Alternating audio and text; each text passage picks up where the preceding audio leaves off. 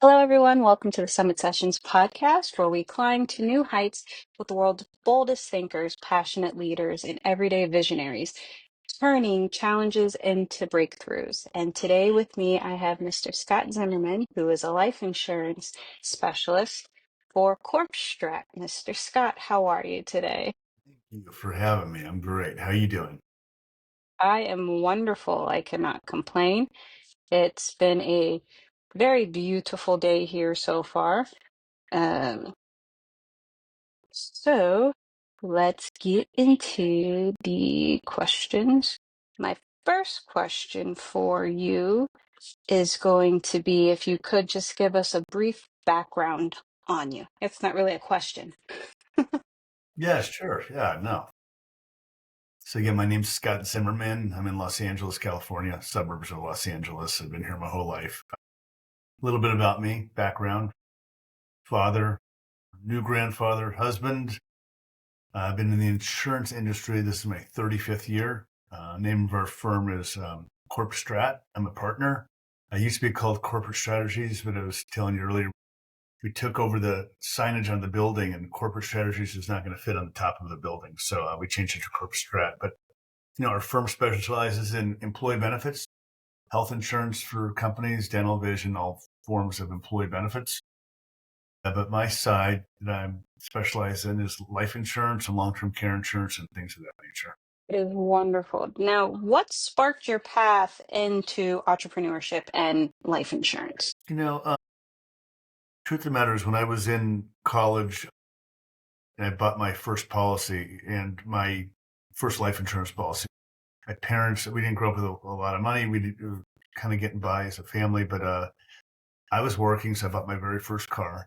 My dad co-signed for it, and it was not a cool car. You probably won't even know what the car is. It was called a Suzuki Samurai. It was like cool for 1 week, and that's the week I bought it, and it was no longer cool anymore. It's not a good car. But anyway, he's co-signed for the lease, and I just got nervous, and I said, "Oh my gosh, if something happens to me, my parents are gonna be stuck with this car payment." It wasn't anything expensive at the time. So I went to a friend of mine who was in the insurance business, and I was 19. I bought my first small policy that if something happened to me, my parents would be taking, get the money to take care of the car.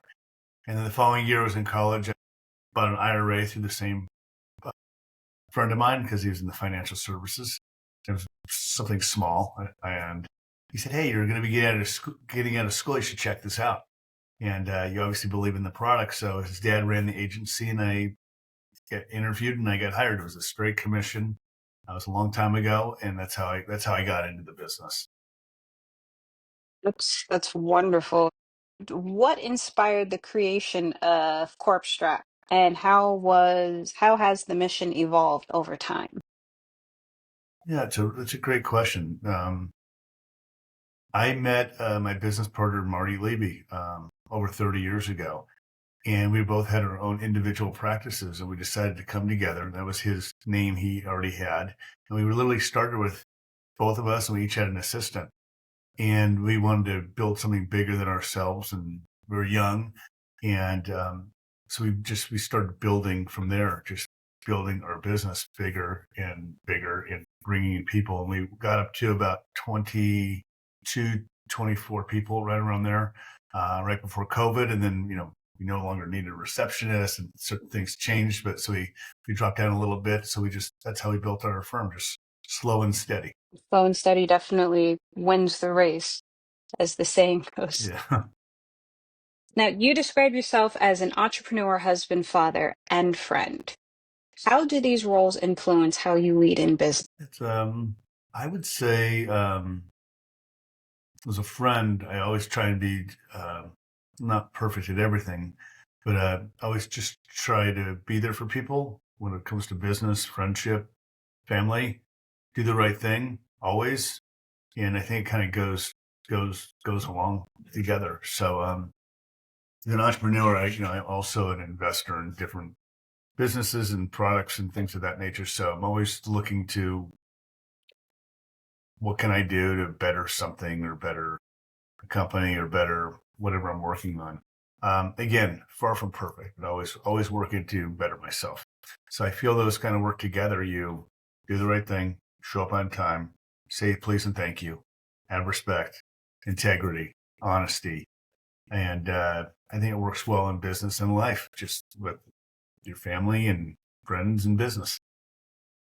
That's, I love hearing that. I do follow you on YouTube, so I've seen your little reels, as they call them, of different advice that you give. What made you want to start giving advice, but specifically creating reels to produce on YouTube? Because most times when most people are looking for advice when it comes to this, they'll usually do their research and call up firms, and it's like you're just putting it out there. Yeah, it's funny because I started this maybe around 6 months ago. I haven't done any real marketing at all. Most of our business, I wish we has this. We've tried marketing. We've tried a lot of different things over the years, lots of different things, but nothing's really worked. But for us, what's come to us is referrals from our present clients. We have centers of influence, people that they look to us to refer us business. It could be a CPA or an attorney or a business manager. They're looking for us. We do it really, we've done really well for them for the years. So they feel comfortable referring us. But I just haven't putting information out. Nothing really came back. But I said, you know what? I'm going to give myself 1 year, and I'm just going to give out as much information as possible, just different little things, and not expect anything. Surprisingly, I'm just doing little things here or there, just little information. I've got a lot of calls, and I've helped out a lot of people because it could have been a friend. It could have been somebody I know at the gym or whatnot at a restaurant. And they're like, "Oh my gosh, I saw your video. I need to talk to you about that." So I'm not expecting anything out of it, but it's been giving out this free information. I think is valuable on certain items, and subjects. It's come back a little bit. So just give it a shot.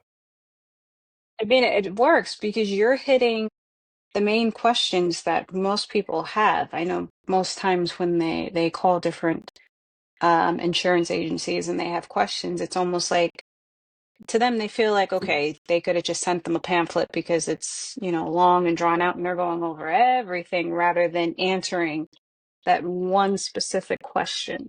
So to me, your reels actually do help because it's okay. You Thank know you. what? I was thinking about this and he's answered it for me. Now I'm going to want to call because now I want more information. Right. Yeah. It's worked, and some of it is not a call to action. Some of it's like I just did a video recently. I said, it's really important. I said you should look up, you should know on all your policies, bank statements, insurance policies, investment accounts, who is listed as your beneficiary because things change. Like people get divorced, people have passed away, and they don't ever look at it. A lot of people think because they have a living trust or a will, whatever's in that is going to work. But actually, who's ever listed on that policy, bank statement, investment account, that's who's going to be the beneficiary if something happens to you. So I'm not looking to make a sale off of that. I'm just kind of just giving some really solid advice because this is a problem. It's a problem. Not I've seen anybody in the financial services or uh, that type of business. They see these type of things. Things change in life, divorces, all sorts of things. So just something to be aware of. No, that definitely does help because you have a lot of people, like you said, to where they'll 20, 30 years ago, they have someone down as their beneficiary and they completely forget to change it. And then something happens and you have the family going at it because they don't talk to this person anymore. Why do they still have them down? And it's like, okay, And, when they were on you're good so right terms, on. Yeah, they put and them that on person here and they listed, just, yeah, the person listed is the one, no matter what, is going to get the money. It's just the way it works. So it's really important. That just is it's an idea of one I just did last week or this week. I don't remember which day I did it, but yeah, that's the best way to go. Now, I want to dive into your podcast. You have the Scott Zimmerman show coming soon, if I'm not mistaken. You can correct me if I'm wrong. yes, it's coming soon. It's been a little. I have to really, and I really respect what you're doing because it's a lot of work and it's hard and it's a commitment. So I wanted to commit to 52 episodes, no matter what.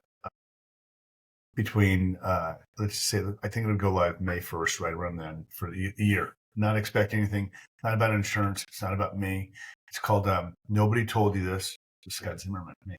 And I'm interviewing really thought-provoking people, business leaders, people who have knowledge that they can just give to anybody or everybody that people wish they knew. They heard this before. Nobody told me this. Or maybe they've heard it 1, 2, 3, or 4 times, but now this time it really resonates. So it's, again, not about me. It's about just giving really solid subject matters to people that can help them in life. So that's what it's called. I'm looking forward to it. They've recorded 8 of them now, but they said have 10 done. You release 5, and once a week they'll release one thereafter. So it's a lot of, that's what I was saying. I really respect what you're doing. It's a commitment. It's a lot. It's a commitment, but it's a lot of fun. Yes. Meet really nice people. Right. Exactly. You really do. Now, do you have any mentors that have inspired you in all aspects of your life? Yeah. And I do. I have a lot of mentors, and sometimes my mentors are people like you on YouTube, or where I learn a lot from. But as people, when I first got in the business, I was feeling not doing well, and my cousin Rick was he was in the insurance business. He was my first real mentor. Where I followed, he taught me the ropes, and what I was missing. I'm a young man, and you know, when you're young and you're just trying to make money, it's especially in the financial services industry, it's a little different. And I think people are aware of that. When you change, he taught me to change my outlook. You're like, how can you help this person? Don't get rid of the money. It just comes. It's always, how can you help them just do the right thing? And once I figured it out, and he taught me the right things to do, then it became easier. Another great mentor of mine is my business partner, Marty Levy. We've been together almost 30 years, and he's a little bit older than I am, but he taught me a lot. Taught me a lot about saving money, and just doing, look at how to look out for people and just doing the right thing. He's a really good mentor. And then I just have people, that I like to follow. I have gurus that I like to follow, and books and things like that I learned from. I'm a motivational junkie in a weird way. I'm always looking to improve myself. And I've said it earlier in the podcast, I'm far from perfect. I make lots of mistakes, but I'm always looking to do the right thing and improve myself. oh, that's wonderful to hear. Now, going back into your life insurance and business insights, I know I'm going back and forth with different That's good. topics. What is the biggest misconception people have about coverage today? I would say there's a few of them. A lot of people have a misconception of how much money, how much life insurance they need. That's a big one, because a lot of people think, I need enough to pay off my house if something happens to my spouse is taken care of, but nobody's really ever going to pay off a spouse. Interest rates are so low. So I think it's coming up misconception. They're never knowing what amount they really need. What's the right kind of policies? Another thing is, I think people aren't thinking clearly on, there's so many different kinds. I'm going to throw out some things that maybe nobody knows about, but it may not make sense. But when it comes to buying life insurance, I'm not going to get into the details on them because we'll be here all day, but there's term life insurance, there's whole life insurance. These are probably names people have heard of. There's universal life insurance, there's equity index life insurance, there's variable life insurance. So there's all these different things. It's like, I feel it's really important to get the one that fits your needs and your wants most. There's not any one that's right for anybody. It's a lot of people are sold because they see things, they talk to an agent, and that's what they're trying to push. But I really feel people, it's a mix. They should really do research or deal with a broker that represents all those types, so they can pick the right one that's right for them. And I see that it's a problem, that it's not. And another misconception is, again, the amount of life insurance. People look at it different ways. One of my favorite ways to look at it is, I'm married. If something happens to me and my spouse and my children are relying on me, it's not about an amount of insurance, but maybe a way to replace my income. So I'm gone. I'm a breadwinner. I'm not saying it's the case in my situation. My wife's does pretty well herself. But if in a lot of cases there's a breadwinner or income is relied for each person, so if something happens to either one of them, you can use life insurance to replace an income. As an example, $1 million invested at 6%, conservatively nowadays, that'd give $60,000 a year as to replace the income. I know, just different ways. That's just I think people should look at things a little different that way. And we can go over a whole bunch of different insurances that I think that there's misconceptions on, but that's probably a good start when it comes to life insurance. Now, as I'm pretty sure there is a lot, what would you say would be the main top three? I'm sorry, I missed that. So the top three of what? Top I'm three. sorry. Say it Most again. important, the most important top three life insurances, if that's even possible. Okay, yeah. Gosh. Okay. Well, I would say if you have a family, well, first off, when it comes to insurance, it's really you're buying any of these type of insurance, like car insurance is important, all those different types, but I'm talking about personal insurance. People are really buying any of these insurances because they love somebody and they care about somebody. It could be themselves or they're caring about somebody else. That's why they buy it, because it's like you have a feeling for somebody else. You want to make sure they're taken care of. So if you have a family, I would say and they rely on you. I'd say life insurance, super important. It doesn't have to be expensive. It's peace of mind knowing that something happens to you that your loved ones are taken care of. And again, there's lots of different kinds. Another really important one when you're older. A lot of people, this is a big issue in America right now, huge, is long-term care. Basically, 7 out of 10 people over the age of 65 will need some form of care, or home health care or nursing care. It's just statistics. So we have an aging population. We're living longer than ever before, and the government's not going to pay for you. If you need any of this care, you have to rely on this yourself. And if you have any money, they're going to make you spend all your own money before they will start helping you, and they're going to put you in a place that you probably won't want to be at.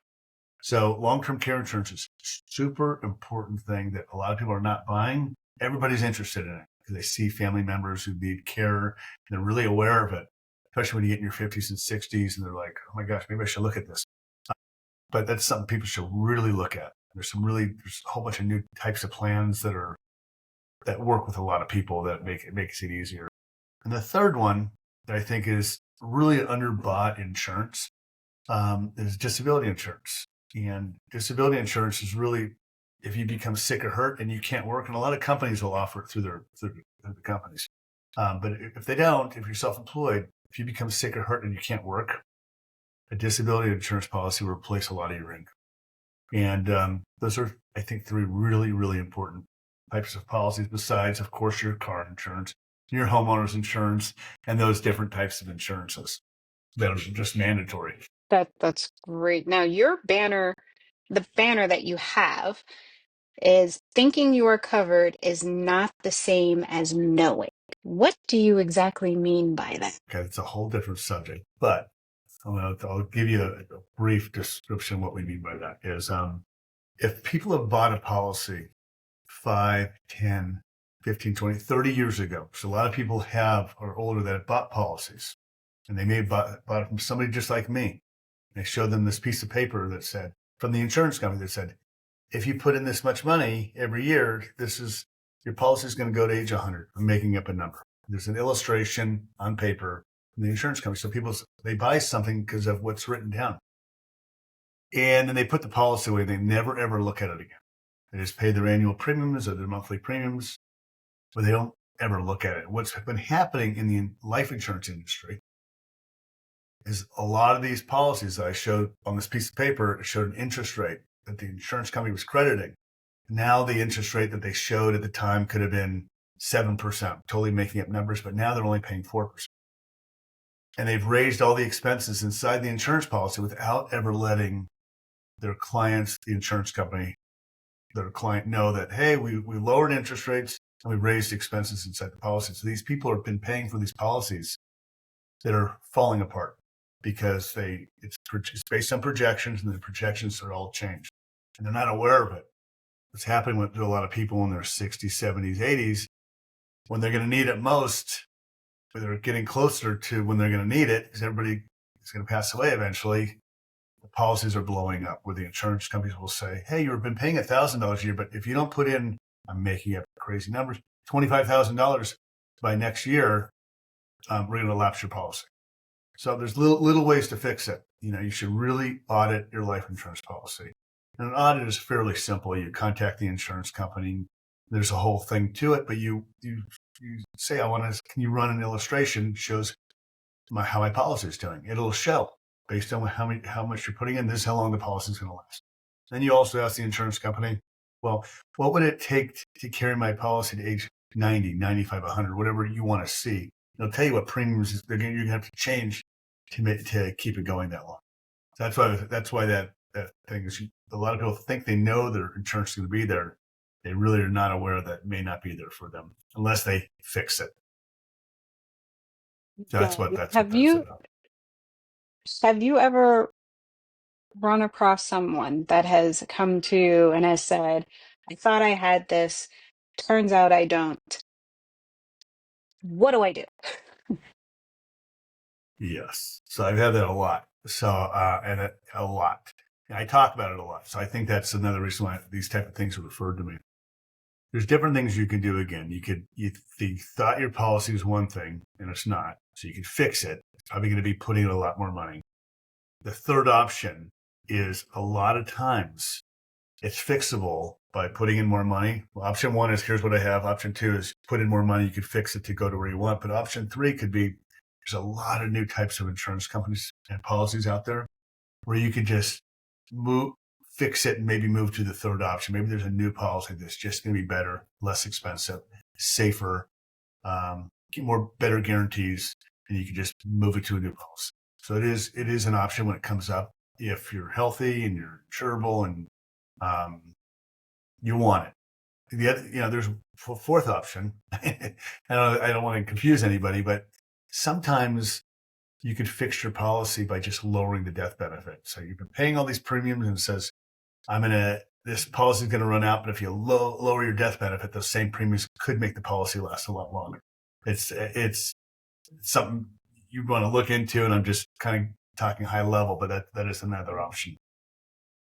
That's very good to know because I've heard it from people where they've had to cancel a policy because they realized after them doing their further research, it wasn't all that great. So they've canceled it, had to wait, and then go into another one. And it's made me sit there and a few of them I've asked, I'm like, are you speaking with someone to do this? Or are you you see a commercial on TV and you're like, oh, that sounds good. Let me do it. Most times it's, no, I saw an ad on TV or I read it in, a magazine and it sounded good. That's what I was saying. In the beginning, it's like, it's really important to know, and things change. So you can change along the way, but it's kind of important to know, like, what do I want this policy to do? Because the policies can do a lot, build up a lot of cash value if they're set up correctly.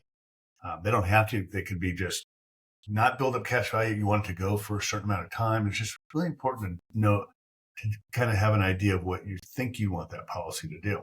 And again, there's not any one company or one type of policy that's right for everybody. So I'm totally making it up. If you go to State Farm and great company, so I'm not saying anything negative about State Farm, but if you go, they may not have the right life insurance for you. You may want to go to another company, Prudential or New York Life or Master. There's so many companies. It's like finding the right one that's right for you. So that's why dealing with a broker who represents all the companies, can ask questions, help put together a perfect plan for you. That's great to hear. Now, your clients that you have, a lot of them, as you said, they're based on referrals, word of mouth, which that is the best type of business card to have out there is word of mouth. My question for you is, how do you cultivate trust and longevity and client relationships in such a personal and critical industry? It's a good question. And I feel that it took me like a while to figure this out, but just staying in contact with your clients, always doing the right thing. When you do the right thing, it kind of comes back to the referral source. Like, thank you referring this person, to me. This person really took care of me, and that just you get more trust, so you get more referrals because you're always just doing the right thing. Not everything turns out perfect. Interest rates, like we were talking about those, as an advisor, you put something in for somebody, you want to do the right thing, but maybe things have changed. If you stay with it, if you're always once a year meeting with that client saying, hey, things changed a little bit. Maybe we need to put in a little bit more money, or things are even better. Maybe we can put in less money. I think having those regular meetings make it where you're really taking care of your clients. It's not just a policy goes in a filing cabinet and you forget about it. And also keeping whoever's a referral source to me or to you is keeping them in the loop the whole time. Just like, hey, I met with so-and-so. Thanks for the referral. Here's what we're doing. And just keeping them involved also helps. That's great. And that puts everyone, at least client-wise, it puts their mind at ease because they know that you're always reaching out. You don't have very many people that are like that. As you said, it's once they take the money, it's there. And occasionally there are times where it's set up to where you can either go into the office and sit down with them, or they're calling you on the phone and going, hey, by the way. But most times it's the client that has to reach out to find out what's going on, especially if they're watching the news or reading the paper and they read something and it's like, oh, let me check on that. So Exactly. I agree with you. that's comforting knowing that you keep up that open line of communication. So there is no worries. Now, what advice would you give to entrepreneurs trying to stand out in a crowded market? Okay. Gosh, no one's asked me that. I would say being totally authentic. People want to deal with people that are really authentic, real. Also, having total integrity. Always, again, doing the right thing. Showing up. Showing up on time, saying please and thank you, doing what you say you're going to do. That's a lost art. It seems like there's a lot of people that do it, but it's just a lost art of just doing those things. And people want to deal with people. If you're starting out as an entrepreneur, who do those things, authentic, show up on time, say please and thank you, and follow through with what you say you're going to do. I think it's like not a perfect scenario, but you have a great chance of success by doing just those few things. Well, I love that. Now, going back from when you started at a young age up till now, how has your mindset evolved over the years from your early career to now as a leader, and then, of course, soon to be podcast host? Yeah.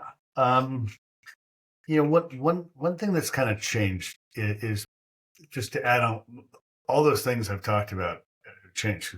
I didn't show up on time. I didn't know I was doing the right thing. I was thinking about myself in the beginning. How am I going to make money? And so all those things we talked about, those have changed. But the other thing that I really, really, really focus on is when I'm meeting with someone who we have a referral relationship or a client, or a friend, I'm always thinking about them first. And again, this is I was taught from one of my mentors, my business partner, Marty Levy. Always thinks of everybody first before himself. If he's building a relationship and it's like, oh my gosh, I love what you do. I feel like we could work together.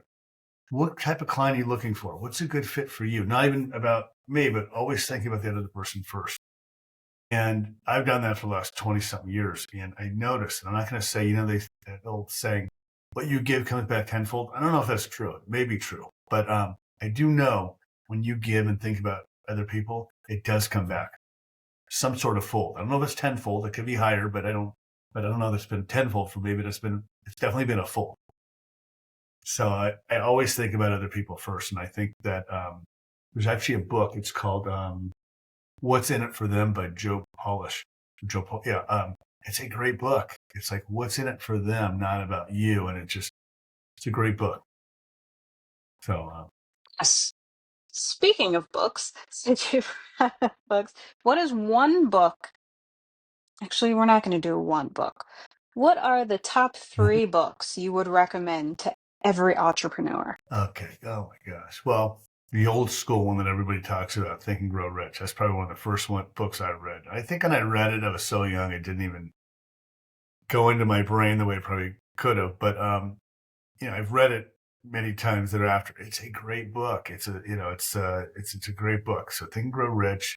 Um, Earl Nightingale, The Strangest Secret. It's a great book. This is old school stuff, but there's probably a lot of new books that are similar to it. But it basically, Earl Nightingale's Think and Grow Rich is what you think about is what it most often is what's going to happen. If you it's a thought process, subconscious mind, just what you think about happens. So that's another great one. And there's so many other ones. Never Split the Difference by Voss. I forget his first. Chris Voss. That's a great book about negotiation. I thought that Joe Polish book, What's in It for Them, is a great one. But I mean, if I really thought about it, there's so many good ones.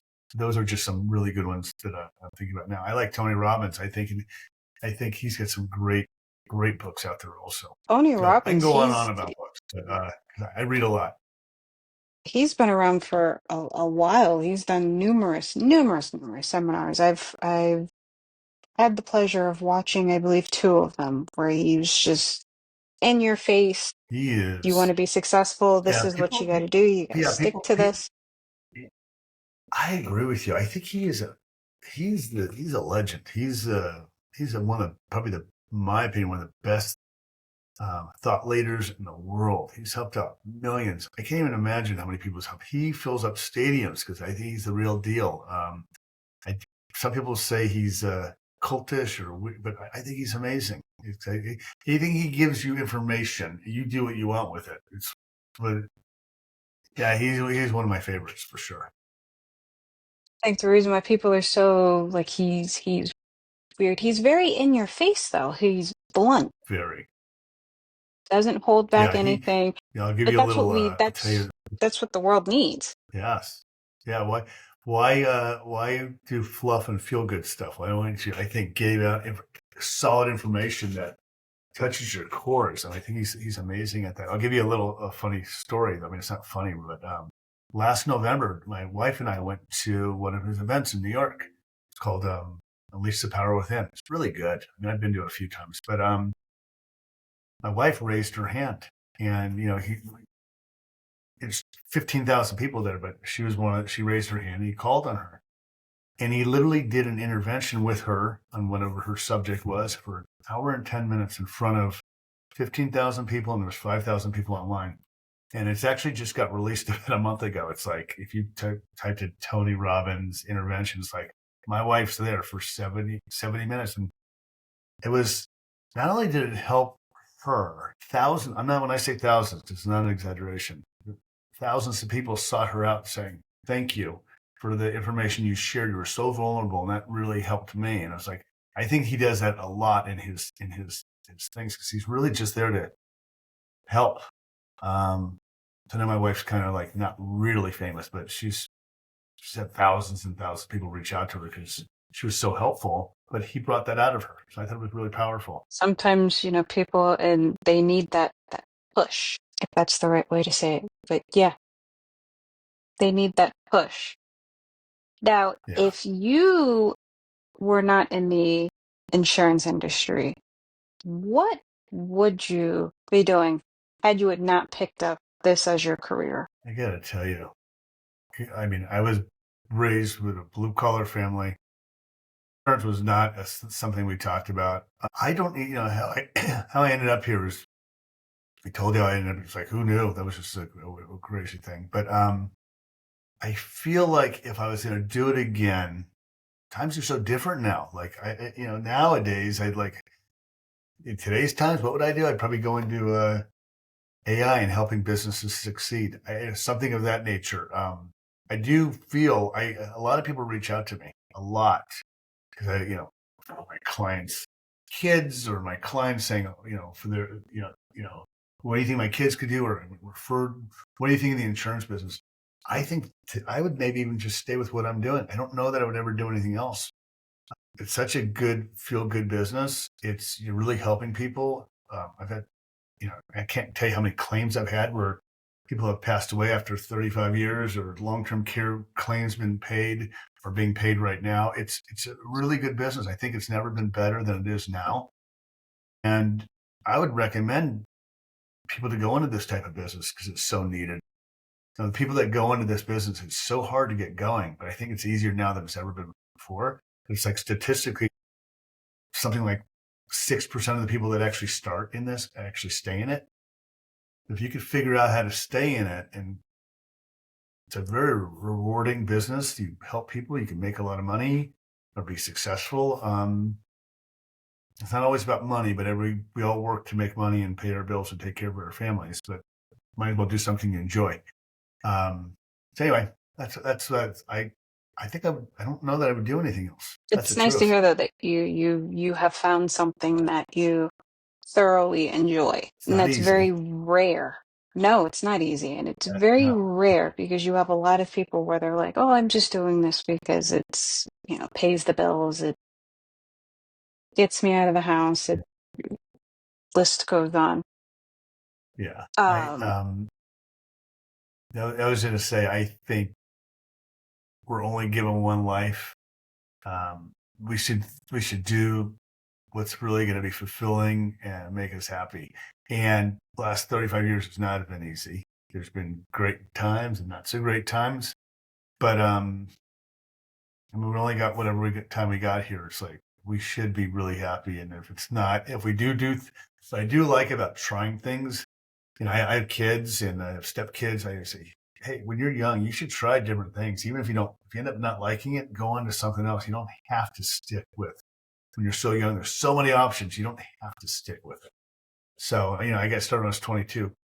Somehow I made it because, I mean, it was really hard. And I didn't always love it, but, and I could have changed, but I just didn't because I didn't know what other options there were. Maybe I got lucky. Do you feel starting out? Give it a shot. Try stuff. Definitely try. While you can, like, this is the time to try. It's easier to try when you're younger than when you get older and you get family and a lot of responsibilities. So, when you're young, I would try different things, see what sticks. Just an opinion. no, I got kids. So, I mean, it's my opinion is what I give my own children. no, that's honestly, that's a great opinion to give. That's Yeah. actually not opinion. That's great advice to give. Right. Um, for the fact of because yes, you want everyone, especially as parents, we want our kids to create their own path, Right. forge their own path. And then of course you have a lot of kids where they will follow in their family's footsteps, especially if there's doctors, lawyers, um, first responders. They'll kind of, Absolutely. this is what I see Joining as the my parents doing, and they're making a difference in the world. So you know what? That's what I want to do, which I think is great. Yeah, me too. I do too. I do too. Joining a lot of kids will have the opportunity. Not everybody has this opportunity to join their family business. Their family already has a business. They're able to join it. They've been brought up in it, so that's another. If they're fortunate, they're lucky to have something like that. They enjoy that. It's pretty good too. It's another nice option. It One of is, it many times. is, yeah, it's very true.